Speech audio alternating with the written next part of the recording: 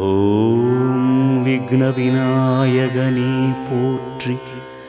புவனேஸ்வரி அருள் திகழும் பரமானந்தமே போற்றி.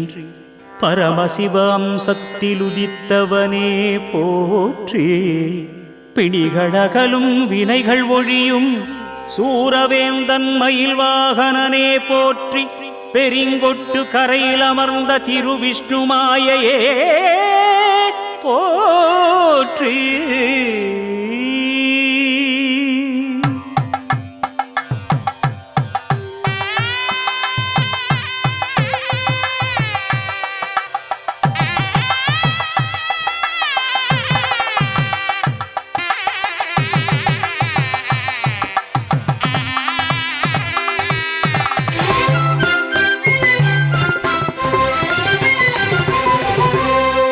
பெரிங்கொட்டு கரையிலே திருதேவஸ்தான ஒளி புரிகின்ற அருள் தரும் திருக்கோயில்.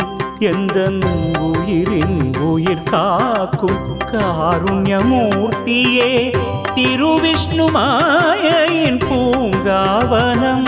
சுவாமி அடியேனு கருள்கின்ற திருச்சிற்றம்பலம். பெரிங்கொட்டு கரையிலே திருதேவஸ்தான ஒளி புரிகின்ற அருள் தரும் திருக்கோயில்.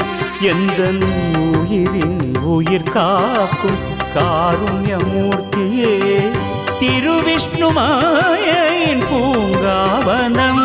சுவாமி அடியேனு கருள்கின்ற திருச்சிற்றம்பலம்.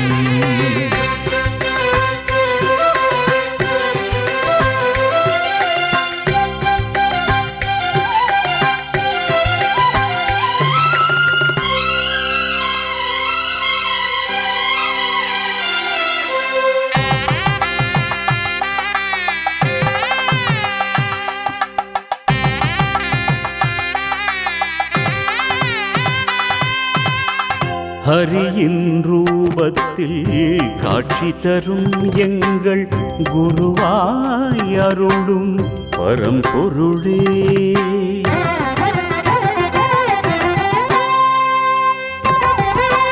ஹரியின் ரூபத்தில் காட்சி தரும் எங்கள் குருவாய் அருளும் பரம்பொருளே. உன்னாமம் மனதாலே ஜபம் செய்ய ஒடுகின்றது 7 ஜன்மத்தின் சகல பாவங்களும். உன்னாமம் மனதாலே ஜபம் செய்ய ஒடுகின்றது 7 ஜன்மத்தின் சகல பாவங்களும். வருவாயப்பா வருவாயப்பா சுவாமி வருவாயப்பா. கருணை பால் சோறு என கூட்டி தருவாயப்பா.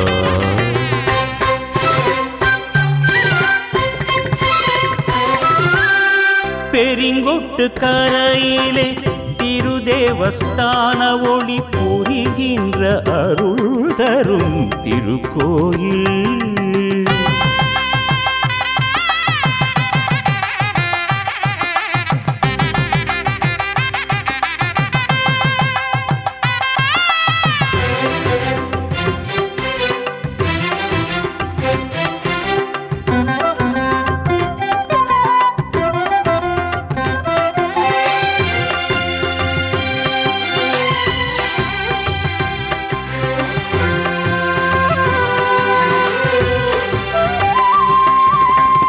சிவன் மகனே உந்தன் பதமலர் பணிந்திடவே சரணாகதி கேட்கும் பக்த கோடி.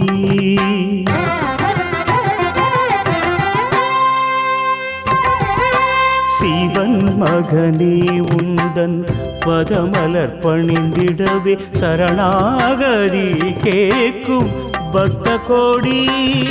சனி பீடை பனிமழையாய் வினை தீர்த்து பொழி விழிகள். சரவணனின் தம்பியோனே உன் திருவாய் மொழிகள். சனி பீடை பனிமழையாய் வினை தீர்த்து பொழி விழிகள். சரவணனின் தம்பியோனே உன் திருவாய் மொழிகள். கேப்பாயப்பா கேப்பாயப்பா சுவாமி கேப்பாயப்பா, அப்பர் கதறினான் அழுதிடுவதை அறிவாயப்பா.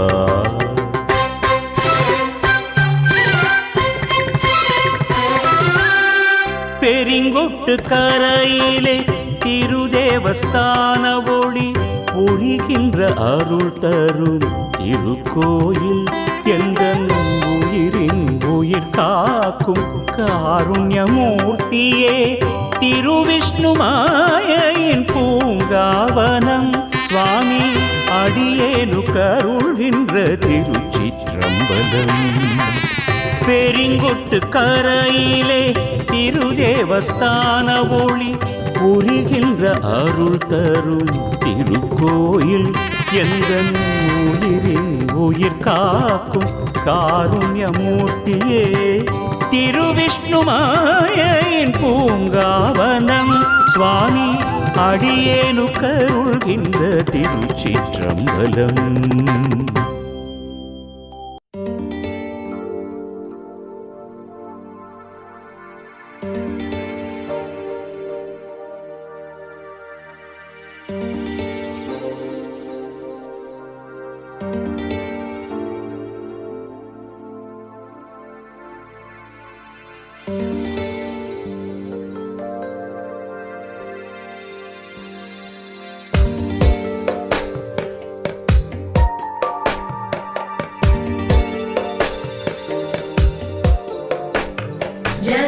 जगज्जालपालं खजत्कण्ठमालं शरच्चन्द्रबालं महादैत्यकालं नभो नीलकायं दुरावारमायं सुपद्मासहायं भजेऽहं भजेऽहम् सदाम्बोधिवासं गलत्पुष्पहासं जगत्सन्निवासं शतादित्यभासं गदाचक्रशस्त्रं लसत्पीतवस्त्रं हसच्चारुवक्त्रं भजेऽहं भजेऽहम्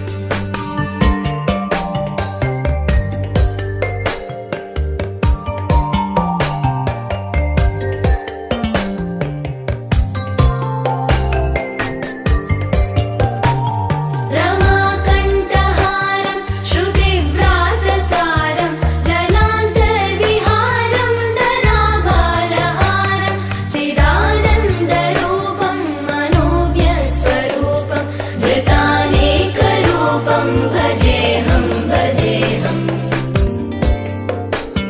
जराजन्महीनं परानन्दपीनं समाधानलीनं सदैवानदीनं जगज्जन्महेतुं सुरानीककेतुं त्रिलोकैकसेतुं भजेऽहं भजेऽहम्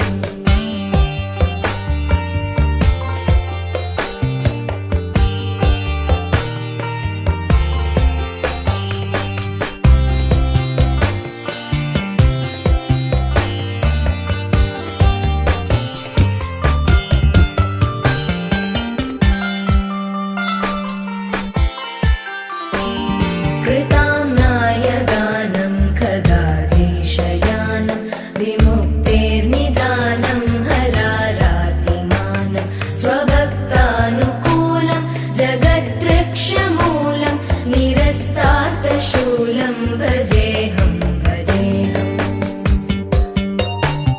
समस्तामरेशं द्विरेवाभकेशं जगद्विम्बलेशं हृदाकाशदेशं सदा दिव्यदेहं विमुक्ताखिलेहं सुवैकुण्ठगेहं भजेऽहं भजेऽहम्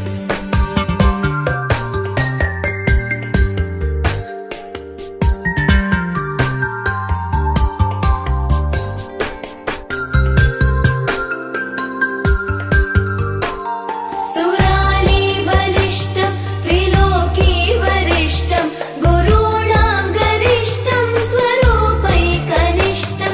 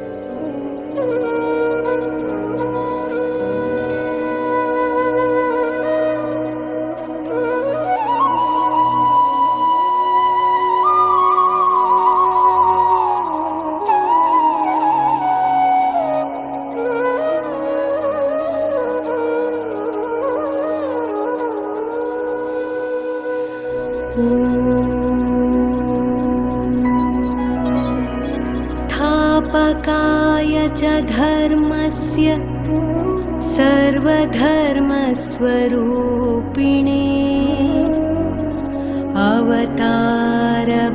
अवतारवरिष्ठाय रामकृष्णाय ते नमः।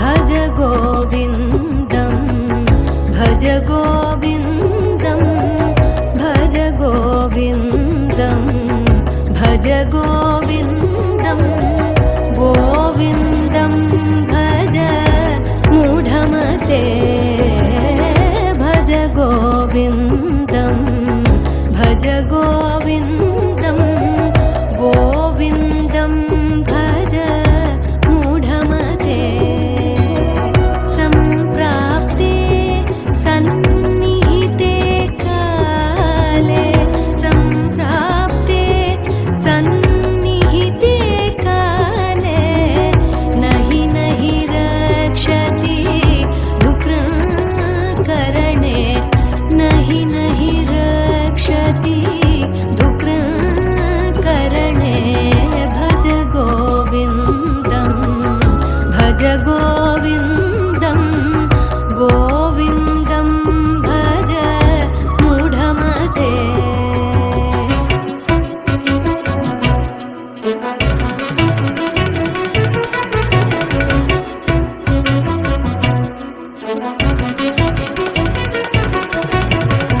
मूढजहि धनागमतृष्णां मूढजहि धनागमतृष्णां कुरु सद्बुद्धिं मनसि वितृष्णां कुरु सद्बुद्धिं मनसि वितृष्णां यल्लभसे निज कर्मोपातं यल्लभसे निज कर्मोपातं वित्तं तेन विनोदय चित्तं भज गोविन्दं भज गोविन्दं गोविन्दं भज मूढमते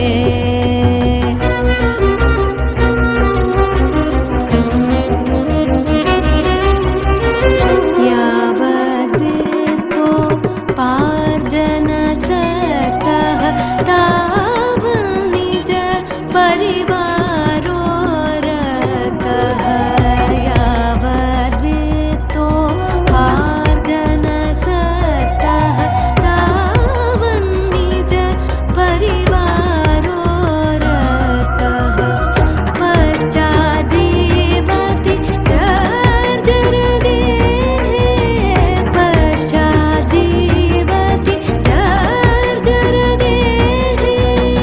वार्तां कोऽपि न पृच्छति गेहे वार्तां कोऽपि न पृच्छति गेहे भज गोविन्दं भज गोविन्दं गोविन्दं भज मूढमते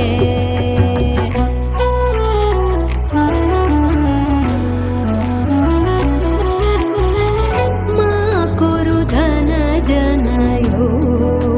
धनजनयौवनगर्वं हरति निमेषात् कालसर्वं मा कुरु धनजनयौवनगर्वं हरति निमेषात् कालसर्वं मायामयमिदम् अखिलं हित्वा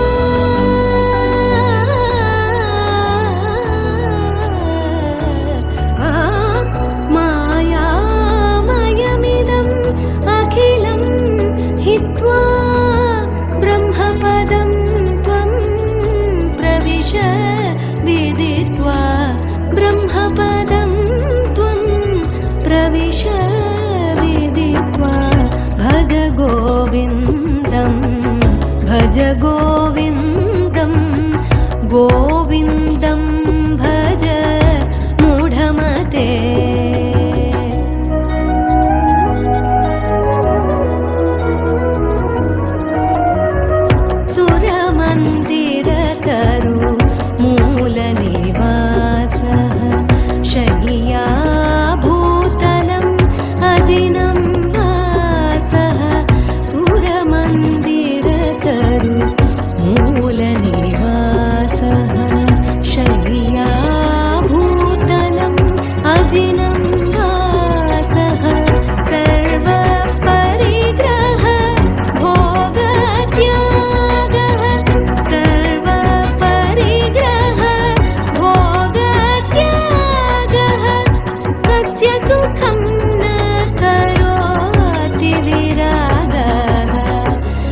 तस्य सुखं न करोति विरागः भज गोविन्दं भज गोविन्दं गोविन्दं भज मूढमते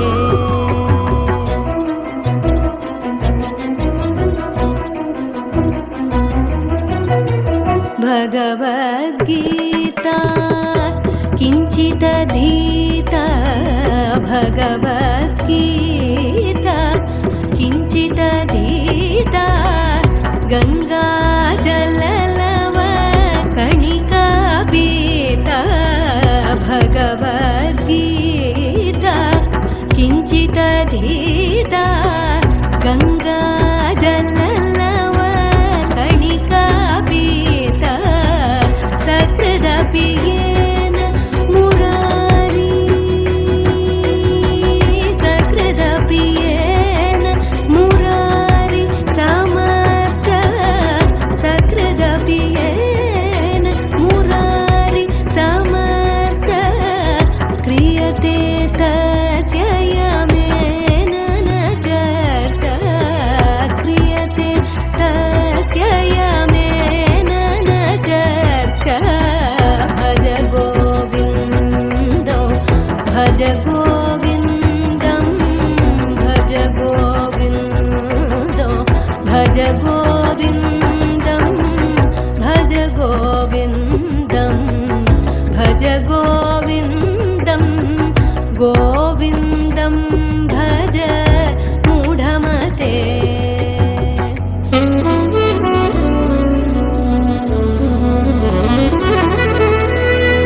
पुनरपि जननं पुनरपि जननं पुनरपि मरणं पुनरपि जननं पुनरपि मरणं पुनरपि जननी जठरे शयनं पुनरपि जननी जठरे शयनम् इह संसारे बहुदुस्तारे इह संसारे बहुदुस्तारे कृपया पारे पाहि मुरारे कृपया पारे पाहि मुरारे भज गोविन्दं भज गोविन्दं गोविन्दं भज मूढमते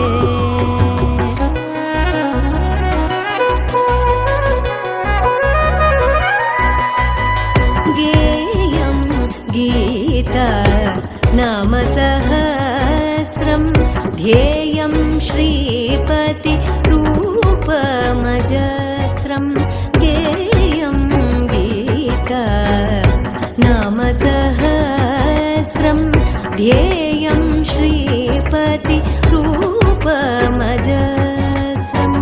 नेयं सज्जन सङ्गे चित्तं नेयं सज्जन सङ्गे चित्तं देयं दीनजनाय च वेदं देयं दीनजनाय च वेदं भज गोविन्दं भज गोविन्दं गोविन्दं भज मूढमते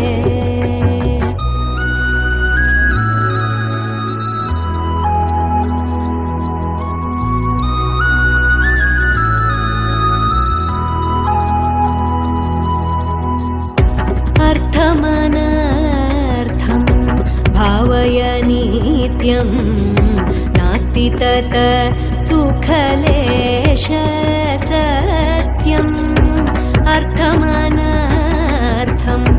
भावय नित्यं नास्ति तत सुखलेश सत्यं पुत्रा